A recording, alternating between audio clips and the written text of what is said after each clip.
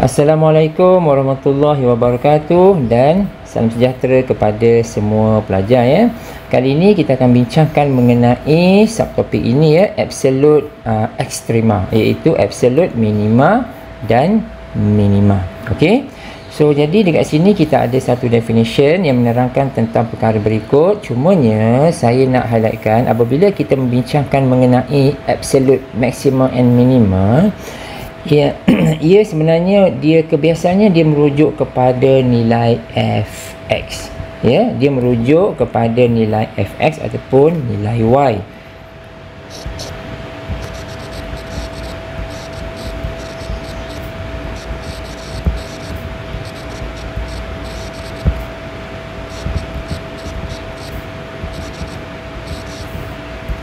Boleh? Yang ini ya. Ini yang pertama ya. Yang kedua, bila kita bincangkan mengenai absolute maxima dan juga minima, kita biasanya perlu ataupun diberikan suatu selang.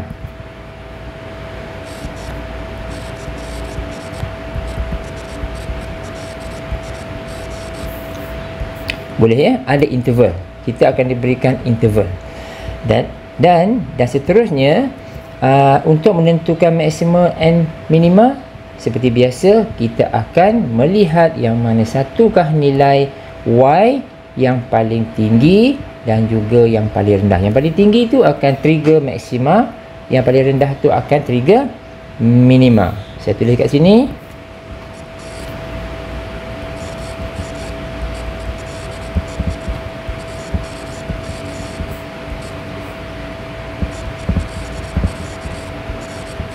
Yang tertinggi ataupun yang terendah ya, the highest and the lowest. Dan jangan lupa kita kena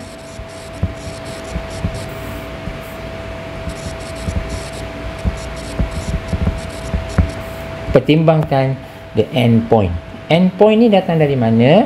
End point ni datang daripada interval yang diberi. Misalnya kalau interval tersebut, let's say kita diberi 0,5 misalnya macam tu, maka 0 dan 5 ini adalah nilai-nilai x yang perlu kita pertimbangkan.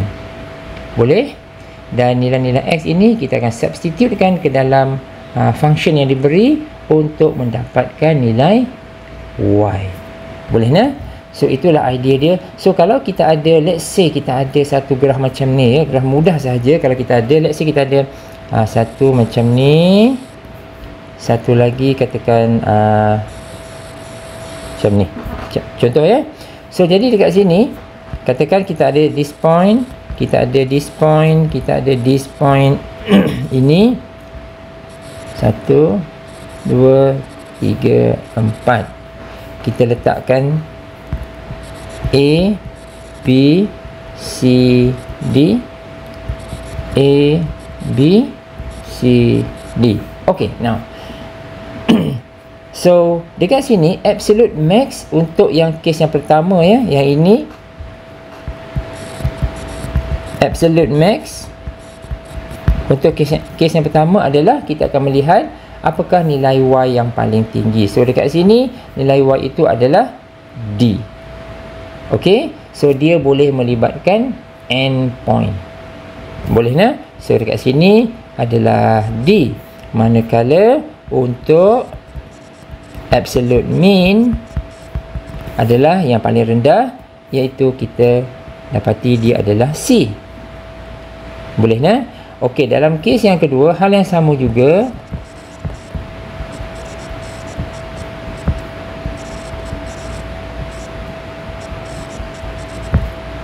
Yang ini kalau kita nak dapatkan jawapan dia, maka absolute max dia adalah jelas dia adalah D dan absolute mean dia adalah A. Nampak So maknanya ini yang kita nampak ni, point-point ini adalah dia punya critical value, terutama B dan C ni.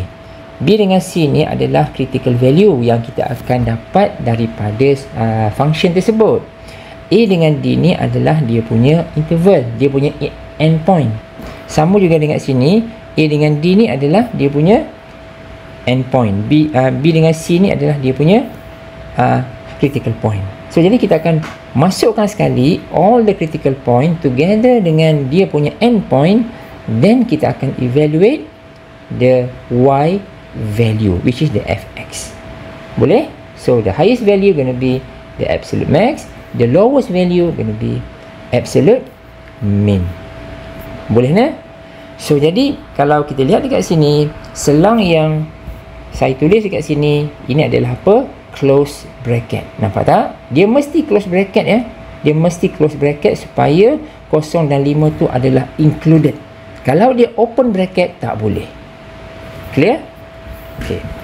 So kita pergi kepada rajah ini. Ada beberapa penerangan dekat sini. So here kita ada curve kita. Kita ada satu point sahaja. Satu point sahaja. Ada tak dia punya endpoint? Endpoint tak ada ya. So endpoint tak ada sebab dia kata selang ini adalah selang infinite, negative infinity dan juga positive infinity. Jadi dia hanya ada satu sahaja, maka kita katakan dia hanya ada absolute minimum sahaja. Boleh? Dan absolute minimum itu akan berada pada kedudukan sinilah. Clear ya? Yang kedua ini of course tak ada apa-apa sebab dia langsung tak declarekan any point, the end point tak ada. It is an open. Nampak tak kat sini? Ya, yeah? So dalam kes ini dia f has no absolute extrema. Boleh? So yang kes ini pula kita lihat dia ada 3 point. 1, 2, 3. Ada end point tak? Tak ada end point. Jadi kalau dia tak ada endpoint, maka kita hanya pertimbangkan 3 ni sahaja. Kita tengoklah yang mana the highest and the lowest. So of course dekat sini adalah the highest. This gonna be the absolute max. Lepas tu nampaknya kedudukan ini sama je ya. Sama, maka kedua-duanya merupakan absolute min.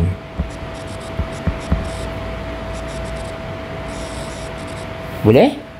So itu adalah penjelasan bagi yang ini. Sama juga kalau kita lihat our next page dekat sini.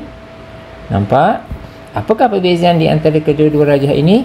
Yang pertama sekali, ini selang dia adalah is an open interval. Open interval, bolehkah kita katakan dia termasuk A dengan B? Tak boleh kan? Dia hanya menghampiri A, menghampiri B. So kita tak tahu. So jadi kita katakan dia pun tidak ada absolute extrema. Boleh tak? Tetapi dekat sini jelas this is a closed bracket which include A and B. So A and B gonna be the end point for the interval lah ya, A dengan B. So kita boleh pertimbangkan sekarang. Of course dekat sini akan jadi absolute max. Dan dekat sini adalah yang sebaliknya lah. Boleh? Okey, so itu adalah beberapa penjelasan dia. So jadi ada sedikit info dekat sini yang saya mohon kamu tengok ya. Yang ini please have a read mengenai the extreme value theorem. So kita akan pergi kepada procedure ya. Procedure. So ini adalah procedure macam mana kita nak menyelesaikan masalah-masalah yang melibatkan absolute max dan juga absolute min. Ini ya procedure ya ini. Okey. Yang pertama kita akan mendapatkan the critical point. Ini nombor 1. Critical point. Kita nak dapatkan critical point macam mana? Kita akan buat apa kat sini? Kita akan buat, masih ingat lagi nak dapatkan critical point, fx equal to 0. Maka kita akan dapat a list of x value. Boleh? So the x value adalah our critical point. Okay? So katalah kita letaklah x tu, kata ya, x tu katakanlah P, Q, R. Contoh saja ya. Okey, itu nombor 1. Yang keduanya, kita akan pertimbangkan the end point. Akan pertimbangkan endpoint. Endpoint ni datang dari mana? Endpoint ni datangnya dari selang ini. Nampak tak? Kita diberi selang AB kan? Maka endpoint dia gonna be A dengan B. Okey, A dengan B tu adalah nilai-nilai X juga ya. So, jadi kita akan susun macam ni. Yap. So, dekat sini kena hati-hati. Apabila kita nak menyusun, nilai-nilai X yang kita perolehi ini, iaitu the critical point ini, perlu kita pastikan dia berada di dalam selang endpoint tersebut. Macam ni contohnya. Yang ini, PQR ini mesti berada di antara A dengan B. Faham tak? Kalau ada salah satu nombor yang berada di luar daripada A atau B, maka kita tak perlu pertimbangkan. Do you clear? Boleh tak? So, saya ulang semula. Apabila kita buat f prime equal to 0 to get the critical point, we are going to get some X values. Ini adalah nombor tau. Ya? PQR ni adalah suatu nombor. Lepas tu, we are going to consider the interval which is A and B, and then kita akan make sure kan PQR ni berada within the A and B. Kalau keluar daripada A and B ni, kita jangan pertimbangkan. Boleh tak? So, kita kena pastikan perkara itu. Okey, kalau saya nak tulis sikit, sini boleh note. Okey.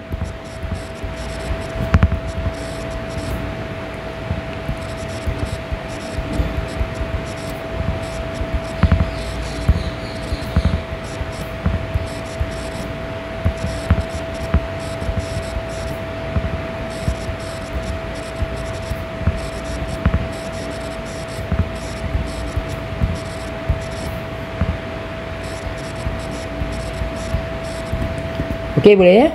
So, pastikan memilih nilai-nilai X yang berada dalam selang AB saja. Yang keluar, kita tidak pertimbangkan. Okey, kita lihat contoh ya.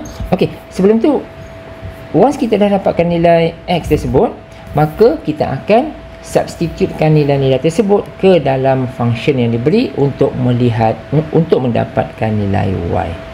So, substitute.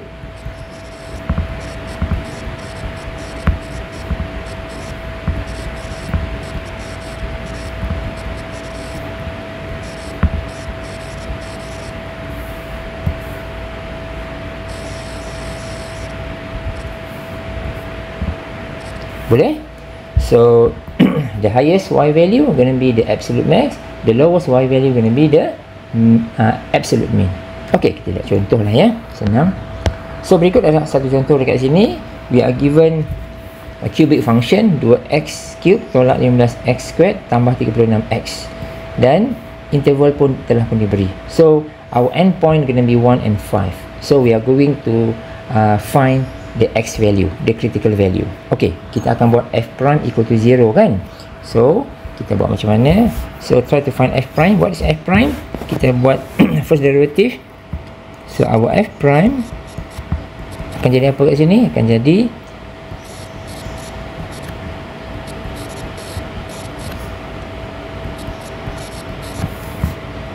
kita buat apa? Kita cuba factorize dia, tengok.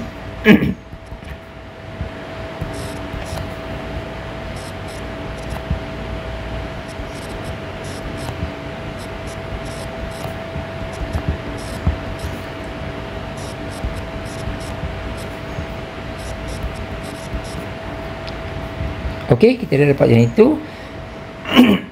Now, apabila kita buat f prime x equal to 0, then we are going to get 2x values. So, kita akan dapat 2 dan juga 3. Agree? Boleh? So, now, look at the interval. 1 dengan 5. 1 dengan 5 ni perlu kita pertimbangkan sebagai X value juga as a endpoint. So, adakah 2 dengan 3 ni berada di dalam 1 dan 5 ini? Ya. Oleh sebab itu, all the X values therefore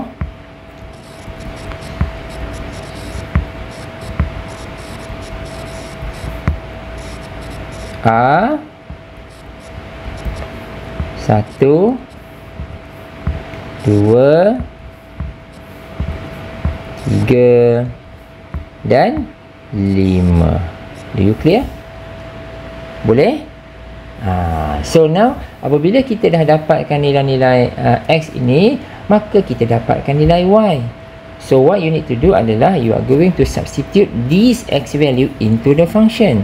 Dapatkan nilai Y dia. So jadi nilai Y yang sepadan dengan ini, secara ringkasnya saya buat macam nilai ya. Nilai Y dia adalah, ataupun sebab nilai Fx dia adalah, sebab macam nilai ya. Kalau 1 tu kamu kira, kita dapat 23. Kalau 2 tu kamu dapat 28. Kalau 3 tu kita dapat 27. Kalau 5 tu kita dapat 55. Macam tu. So jadi from here kita dah tahu dah yang max adalah ini, adalah yang max, yang min adalah yang ini. Clear? Nampak kan? Ini adalah max, ini adalah min. The Y value ya. So jadi dekat sini kita dah boleh buat kita punya kesimpulan. The absolute max value dia ya, the Y value of F is 55.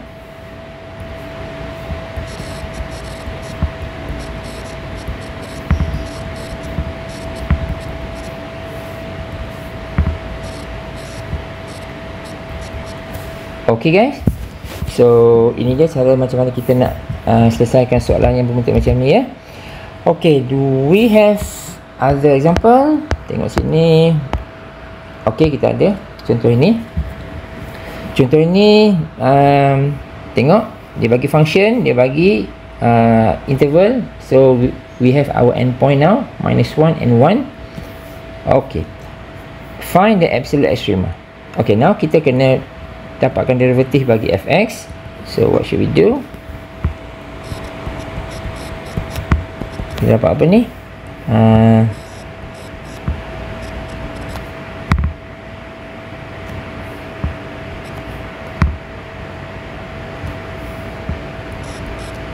Ini kamu semua buat secara berhati-hati ya. Jangan silap pula ini. Nanti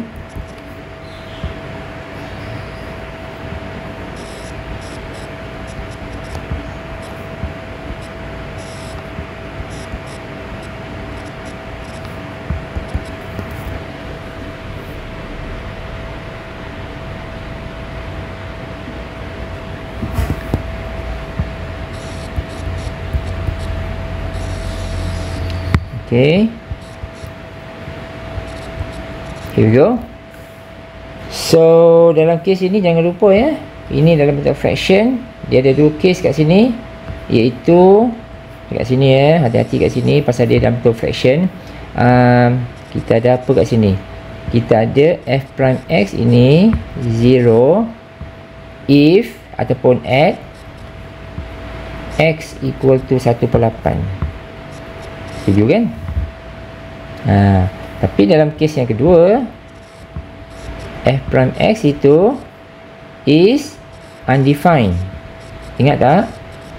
Kes-kes undefined tu if ataupun at x equal to 0. Bawah tak ada kosong kan?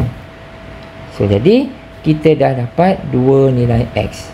So ingat dia, kita bukan nilai x dekat sini bukannya stationary point, tetapi adalah critical point. The word is critical point. So kalau critical point, kena considerkan case-case yang undefined macam ni. Jadi overall kita dah dapat all the x values. All x adalah apa? X sama dengan, now we are going to consider the interval -1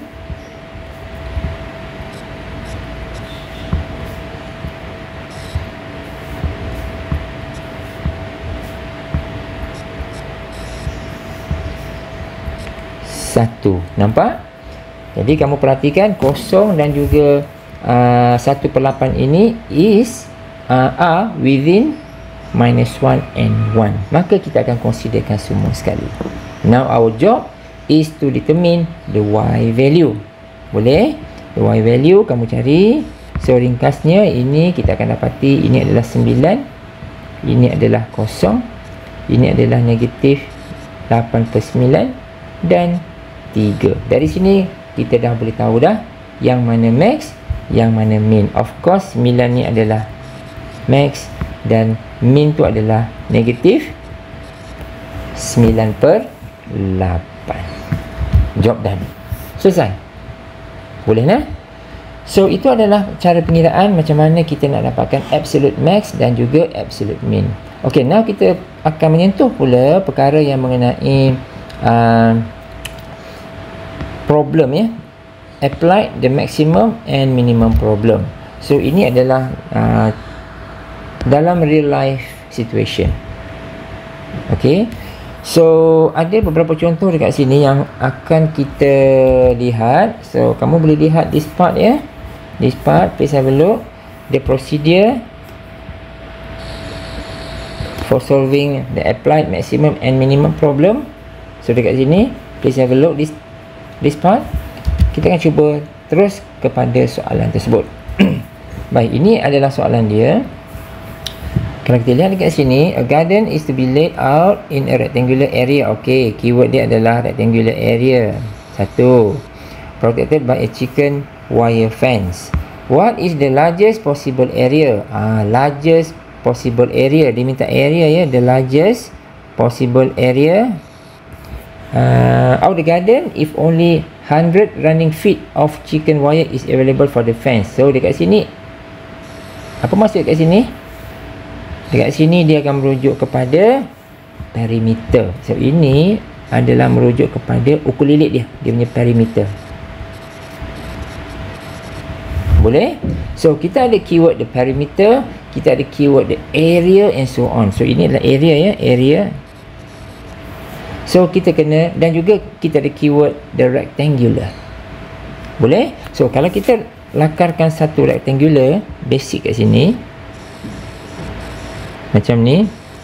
So katakan kita letaklah sini X, sini of course S lah sini ya. Kalau sini Y, sini Y. So kita ada dua benda, perimeter dan juga area, betul? So number 1 kita ada perimeter. What is our perimeter? Ukur lilit. Ukur lilit tu kita akan dapati 2X tambah 2Y equal to, dia bagi nilai 100. Boleh? Where this is equivalent to X plus Y equal to 50.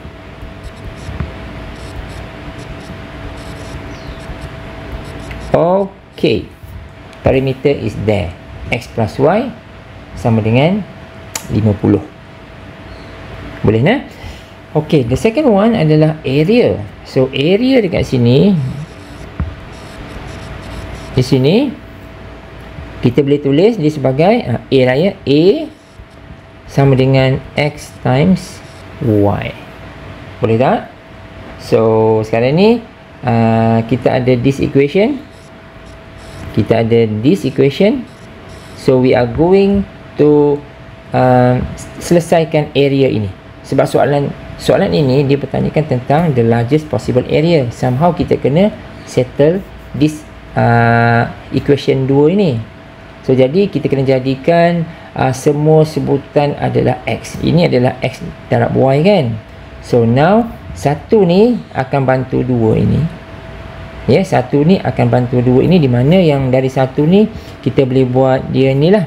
Kita boleh buat dia Y sama dengan apa ni, 50 tolak X, betul tak?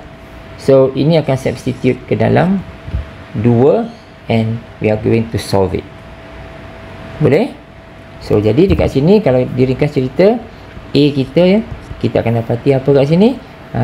X 50 tolak X, and kita akan dapati nilai A tu adalah 50X tolak X kuasa 2. Boleh tak? So kita denote ini sebagai persamaan, let's say ini adalah persamaan A lah, katakan persamaan for the area, contohnya macam tu nah. Boleh? Okay, now kita akan differentiatekan dia ya, kita akan differentiatekan dia. Okay, by the way sekarang ni kalau dia melibatkan absolute max or min dan sebagainya, ingat tak kita memerlukan interval? Ingat tak?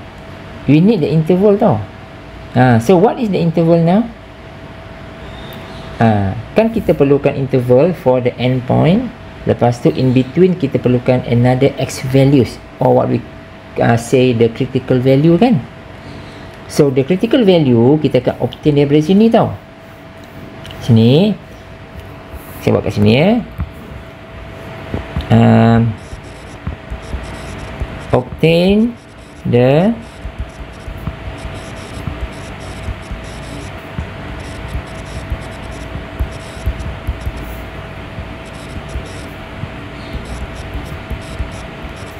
boleh?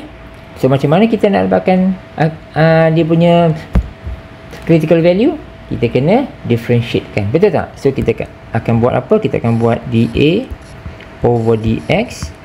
Maka kita akan dapati dia adalah 50 tolak 2x. Apabila dA over dx equal to 0, we are going to get the x value, betul tak? Kita akan dapat x equal to 25. Okay, now kita dah dapat critical value. Where is the endpoint? Itu penting. Jadi kalau kita lihat dekat sini, our endpoint, tengok yang mana kita boleh summarizkan. The perimeter should start with 0 sampai maksimum dia berapa? 50 dekat sini. Clear? So maknanya our overall x value gonna be, x value kita akan jadi 0, 25 dan juga 50. So kamu nampak tak macam mana kita dapatkan 0 dan 50 tu? Ya, so 0 maksimum dia adalah 50. So these are our x value. So can we get our y value? Of course we can. So nak masukkan ke dalam mana? Of course kita akan masukkan ke dalam ni, ke dalam sini. Ya, 50x tolak x kuasa 2 ni. Gantikan nilai-nilai x ini ke dalam persamaan A ini. Maka kita akan dapati nilai, kita katakan nilai A lah ya. So sepatutnya dekat sini y kan, kita buat A lah. A tu merujuk pada nilai y ya. So dekat sini kita dapat hasil dia 0. Dekat sini kita dapat hasil dia 625, dan yang terakhir kita dapat 0 juga. Boleh? So what is our absolute max?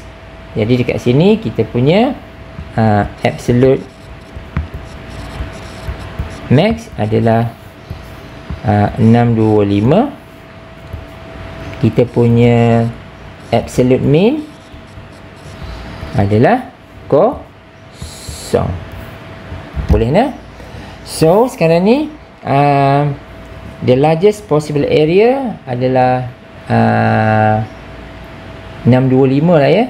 Adalah 625 yang kita perolehi apabila nilai x tu adalah 25. What is nilai y? Can we know the y value? Of course we know. We can obtain the y value by using this. Ya. X tambah y sama dengan 50. Let's say we try x tambah y sama dengan 50. Kalau x tu 25 tambah y equal to 50, maka y juga adalah 25. So kita boleh katakan apabila x sama dengan 25 dan y sama dengan 25, this value will produce the largest possible area. Boleh? So itu adalah penerangan bagi soalan aplikasi ya. Ini ya example 1. Okay, we go to another example here. What we have here? Okay, kita ada open box. Kamu boleh baca ya. Kita ada open box dekat sini.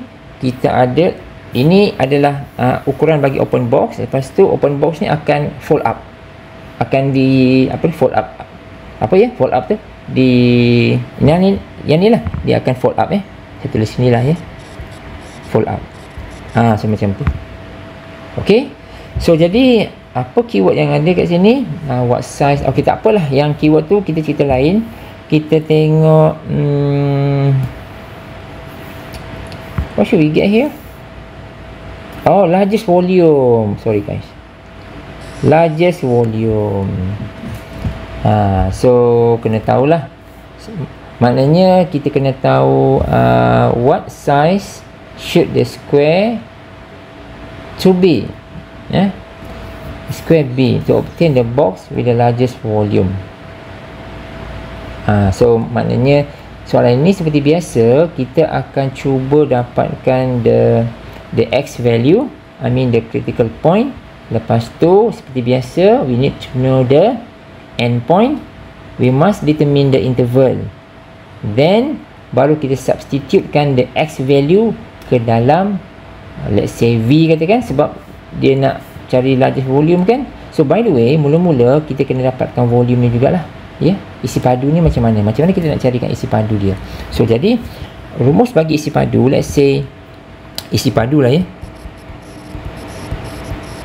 isi padu, let's say V, volume V. So rumus isi padu apa? Lebar kali tinggi ni panjang, macam mana? Panjang kali lebar kali tinggi kan? Panjang kali lebar kali tinggi, betul? Panjang kali lebar kali tinggi. So maknanya tu sini kan panjang, apa dia?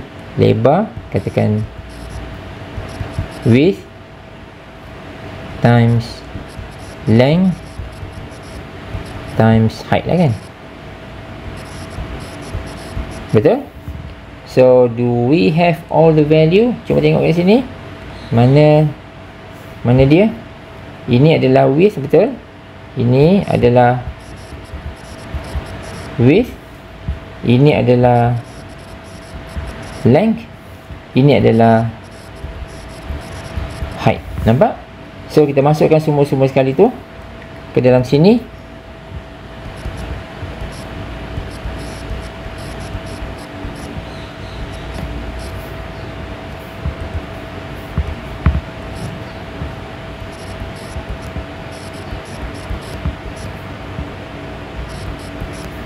Okey. Dan akhirnya kita akan dapati nilai V tu apa? V tu adalah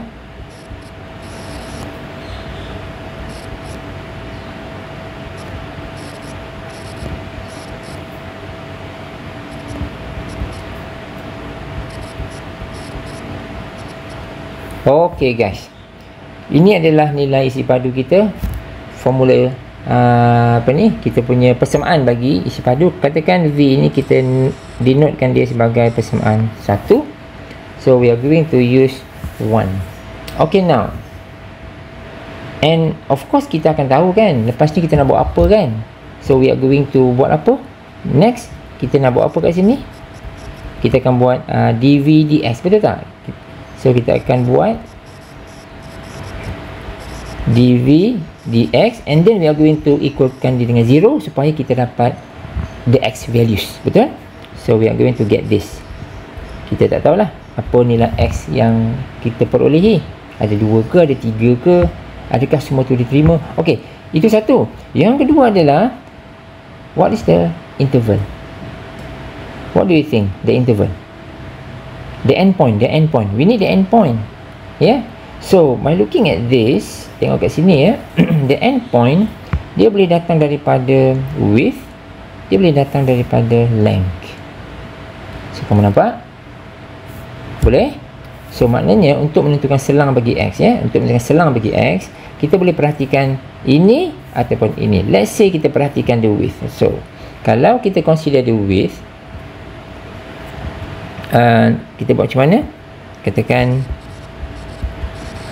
consider width, lebar dia, maka nilai selang dia adalah apa? Sebenarnya kalau kita consider width, dia punya kita kena pertimbangkan ini kan. So kalau kita nak dapatkan nilai x, maka nilai x itu akan berada pada mana? Selang mana? Dia of course start dengan kosong, betul tak? Kosong sampai 8. Nampak? So macam ni lah. 2x equal to 16, maka x equal to 8. That is the maximum. So jadi dekat sini kita dah dapat dia punya selang dia, which is 0 to 8. Clear? Kalau kita consider length, we are going to choose 30 tolak 2x, which is, ini adalah, kamu dah nampak kan, 0 hingga 15. Right? So kita hanya perlu choose satu sahaja, no problem. Kalau nak ambil kamu nak pilih 0.15 boleh, nak ambil 0.8 pun boleh, ya. Pengiraannya sedikit berbeza, tetapi jawapan akhirnya pasti akan sama, sebab we are going to choose kan kita kena memilih yang mana max, yang mana min, betul tak? So jadi apabila kita nak memilih tu nanti, pilihan itu akan sama jika kita pertimbangkan either of this. Boleh? Okay, so now katalah kita pilih yang ini, ya, 0.8. So kita dah ada our endpoint, betul tak? 0.8. So what we need to do, we are going to find the critical value. Kita dah ada V, kita buat dV dx, equalkan dia dengan 0, solve it, and we are going to get the x. Boleh? So cuba kat sini, ya. Kita tengok kat sini apa yang kita dapat. Kita dapat sini dV dx. Okay, we write it down.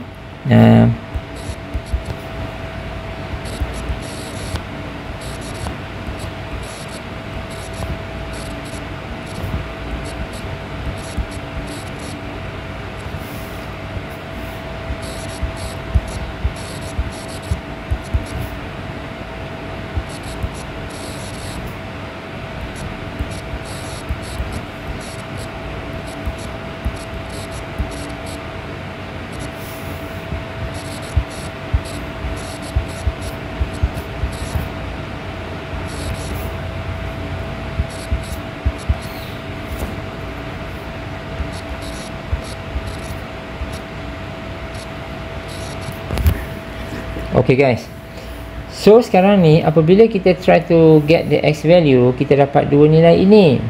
Tapi cuba kita lihat, kita sekarang guna 0.8 kan, 0.8 ini. Jadi nampak tak yang 12 ini sebenarnya dah berada pada luar selang? Boleh tak? Nampak tak? 12 ini berada pada luar selang. Jadi oleh sebab itu kita tak terima kerana dia telah berada outside the interval punya range. Boleh? So satu-satunya nilai yang kita akan pertimbangkan adalah 10/3. So kita akan pertimbangkan yang ini. Boleh? So our overall value, x value gonna be sini, ya. So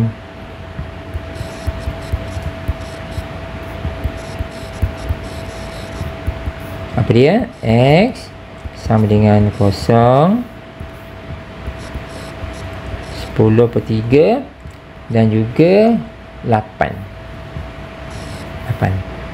Betul? So now find the y value. Bukan y lah, tapi v lah, ya. So you are going to substitute all the x value into here, so that we are going to get the v, the y lah, ya. So jadi dekat sini kita akan dapati, kalau 0 kita dapat 0, kalau 10/3 kita dapat 726, kalau 8 kita dapat 0. Boleh? So dekat sini kita dah boleh tahu kan yang mana satu jawapan dia. So jadi the highest dia adalah 726. Ini 726. Soalan dia apa? What is the highest kan? The size. So inilah dia. Inilah x dia. So ini dia jawapan dia, iaitu 726. Okey, kalaulah kita pertimbangkan kes yang kedua tadi, let's say kita pertimbangkan 0 hingga 15. Kalau kita pertimbangkan 0 hingga 15, maksud dia yang 12 ini kita terima, betul? Kan?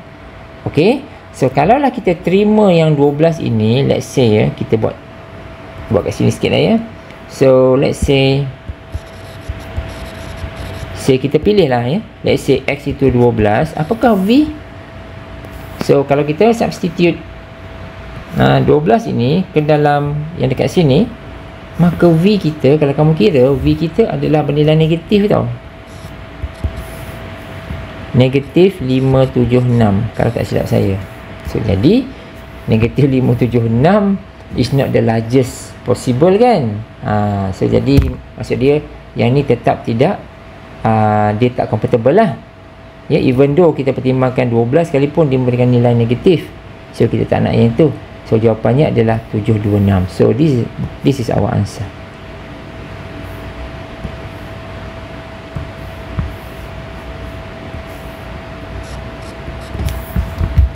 Okay guys, so itu adalah dua contoh ya aplikasi macam mana kita nak menyelesaikan benda-benda yang melibatkan absolute extrema. Ingat ya, we need the critical point, we need the end point. You must find the interval somehow. Boleh? Okay, habis yang itu kita pergi kepada rectilinear motion. Ini mudah saja ya, rectilinear motion ini. So this part kamu boleh tengok-tengok dulu. So overall dekat sini apa yang dia cuba nak sampaikan adalah, saya rasa kamu pun faham ya. So kalau kita macam ni, kita diberi position ya, position ni, ataupun kita diberi velocity ya. So apa yang kita boleh dapati kat sini adalah apabila kita differentiatekan position, boleh? Bila kita differentiatekan position, kita dapat apa? Kita akan dapat velocity, betul tak? So same goes to when we differentiate the velocity,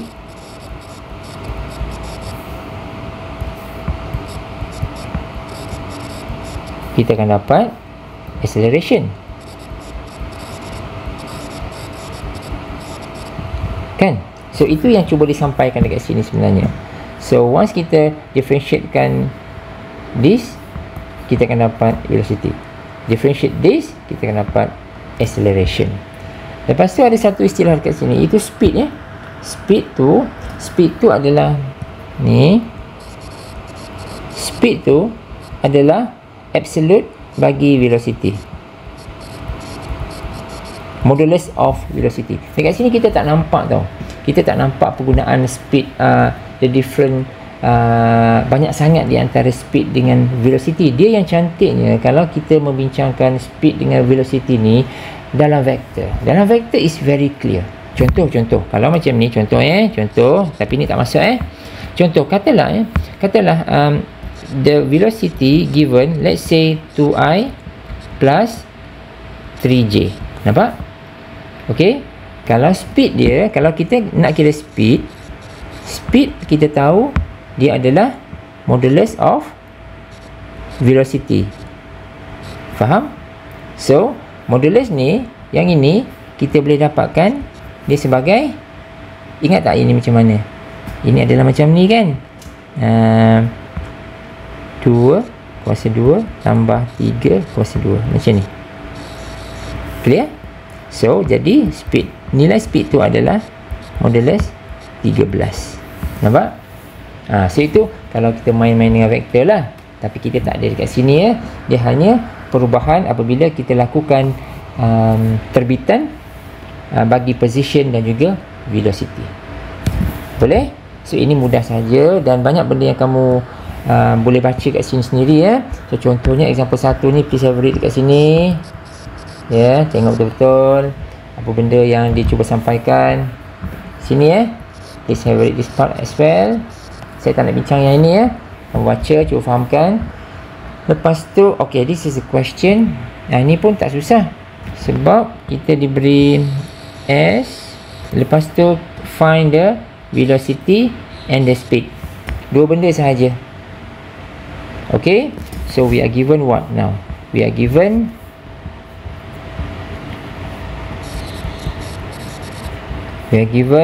the position function st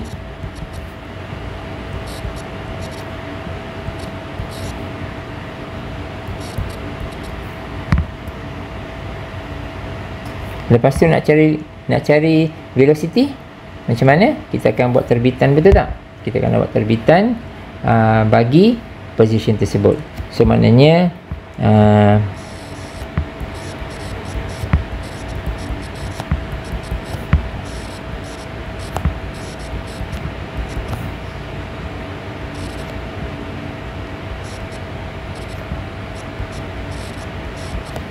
okey, settle. Itu je lah. Ini je kan. Lepas tu nak cari speed. Jadi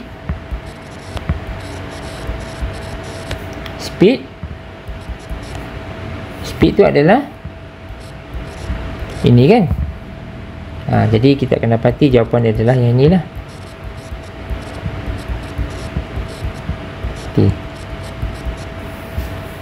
Okey.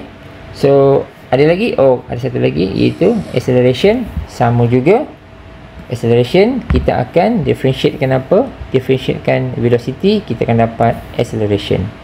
So dari sini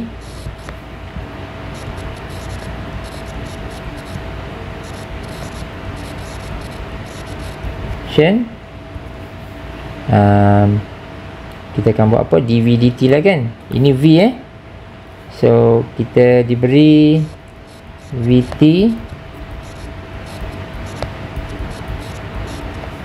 maka a lah acceleration kan adalah dv dt. Kita akan dapati